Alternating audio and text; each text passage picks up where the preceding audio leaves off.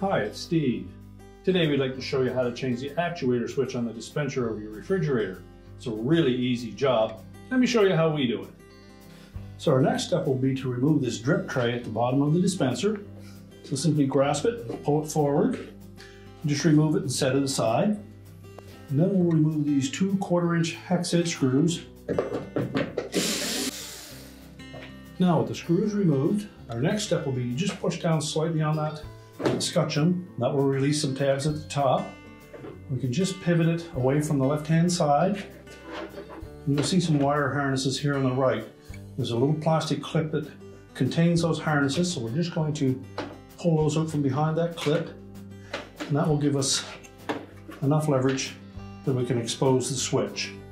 You can either pull those wires off with the switch intact,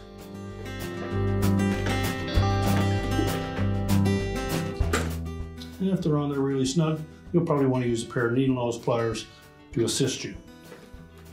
When using pliers, be sure to grasp just the connector and not the wire, and then pull that off completely. Now to release the switch from that housing, there's a little plastic tab on either end. Simply pull that aside,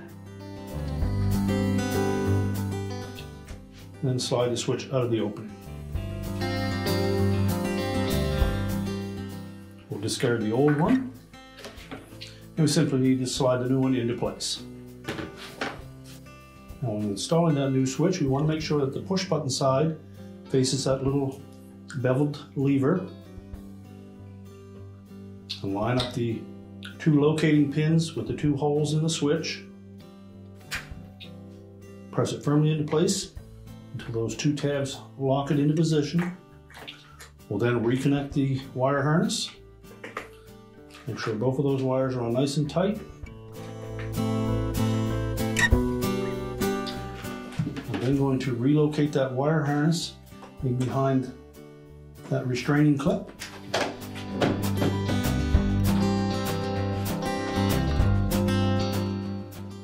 Now before we put that escutcheon back in place, we want to make sure that we line it up with these 2 tabs on the top with 2 little hooks on the inside edge at the top of the escutcheon.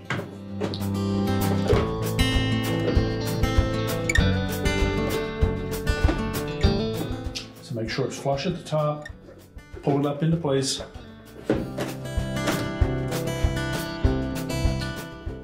if it's locked in properly, it should be flush all the way around.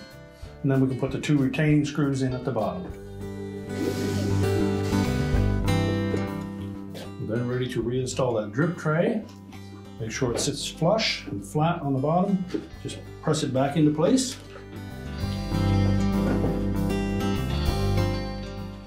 We're now ready to reconnect the power, and your repair is complete.